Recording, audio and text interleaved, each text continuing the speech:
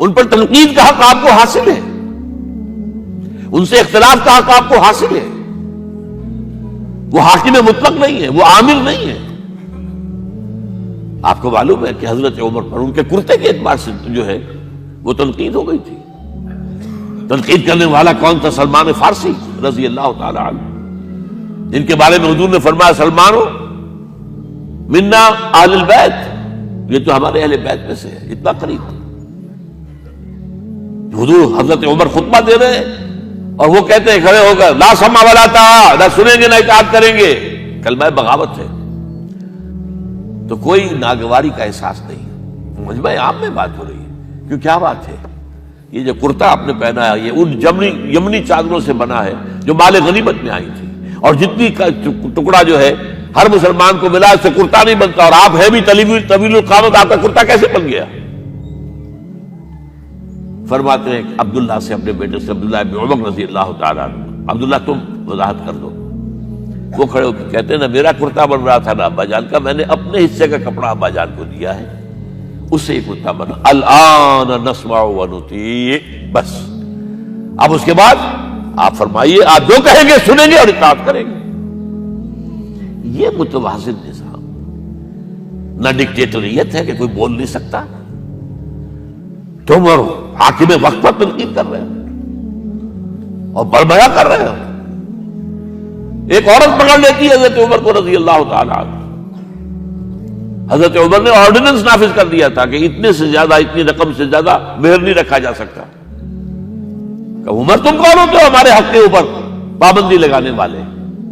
جب قرآن میں ہے وَآتَيْتُمْ إِحْدَاهُنَّ قِنْطَارًا، چاہے تم نے اپنی کسی بیوی کو ڈھیروں سونا دیا ہو تب بھی طلاق کی شکل میں واپس نہیں لے سکتے. قنطار کہہ رہا ہے، آپ کون روکنے والے؟ اور حضرت عمر فرماتے ہیں آج ایک عورت نے عمر کو دین سکھایا، آرڈیننس واپس. اسی طریقے کا معاملہ حضرت عمر کا یہ اجتہاد تھا کہ یہ جو زمینیں اتنی بڑی بڑی جو ہے، سواد، عراق، ایران، مصر سب فتح ہو گئے، چند ہزار صحابہ. اب مطالبہ یہ تھا کہ یہ مال غنیمت ہمارے اندر تقسیم کر دیجیے. جیسے حضور نے غزوہ خیبر میں جو زمینیں تھیں یہودیوں کی وہ مجاہدین میں تقسیم کر دی تھی. دلیل موجود، دلیل بھی سنت رسول سے ہے صلی اللہ علیہ وسلم. حضرت عمر کی حکمت کچھ اور کہہ رہی ہے. یہ بات تو میں اپنے انداز سے کہہ رہا ہوں کہ اگر ایسا ہو گیا تو تاریخ انسانی کی سب سے بڑی جاگیرداری قائم ہو جائے گی.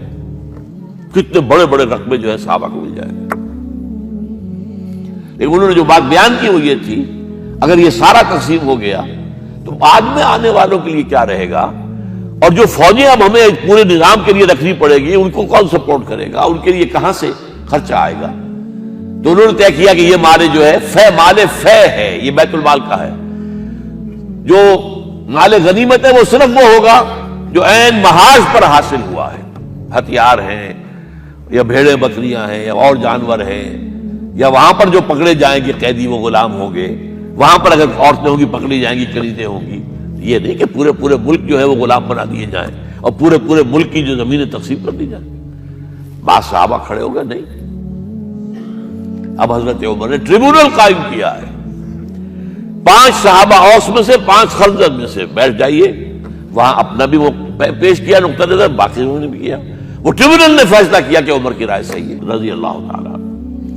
یہ نظام سید القوم خادمہم، یہ اگر کوئی کہتا، اگر یہ مثالیں نہ ہوتی تو کہتے کیا تمہارا دماغ خراب ہوا ہے، یہ شاعری تو تم نے اچھی کر دی ہے. سید القوم خادمہم کبھی ہوا ہے؟ لیکن عمر نے بن کے دکھایا ہے.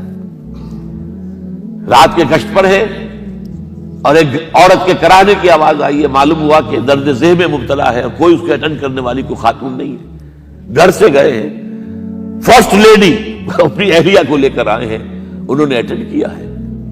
اور اس کے بعد بچہ ہو گیا تو اندر سے ان کی اہلیہ کا امیر المومنین مبارک کو بیٹا ہوا ہے.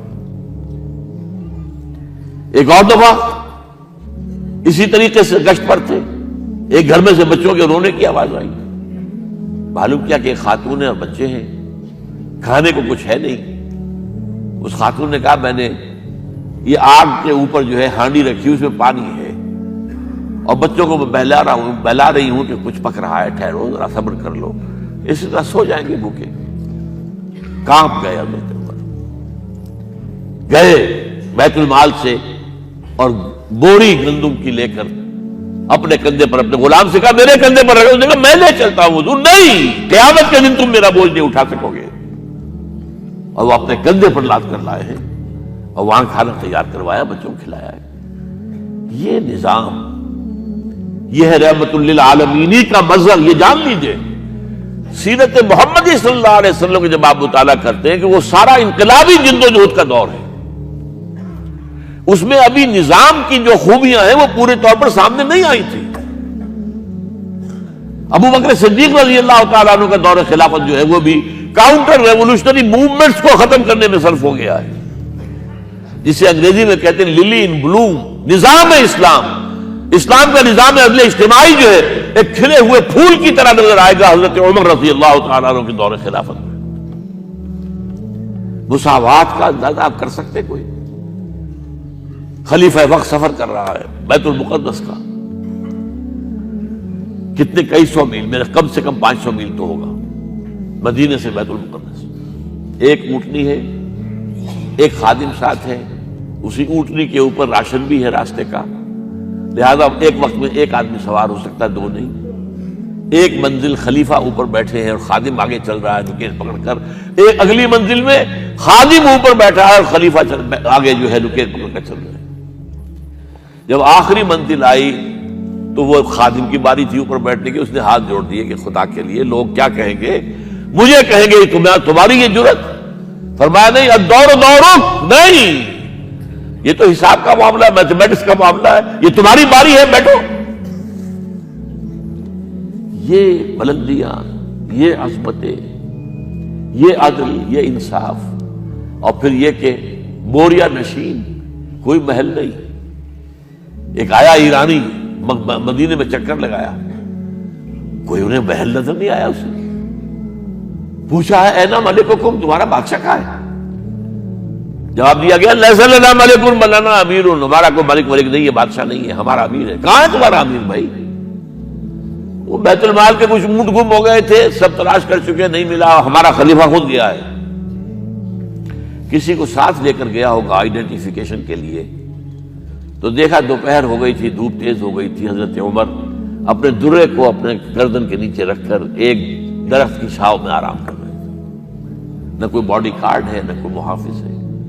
انہیں وہی کھڑے ہو کر کہا اے عمر، تم انصاف کرتے ہو تو تمہیں کوئی ڈر نہیں ہے، اور ہمارے بادشاہ خون پیتے ہیں لوگوں کا، وہ کانپتے رہتے ہیں، انہیں اونچی اونچی فصیلیں چاہیے، بڑے بڑے فوجی چاہیے، انہیں تو بہت اسکواڈز چاہیے کہ جو ان کی حفاظت کرے۔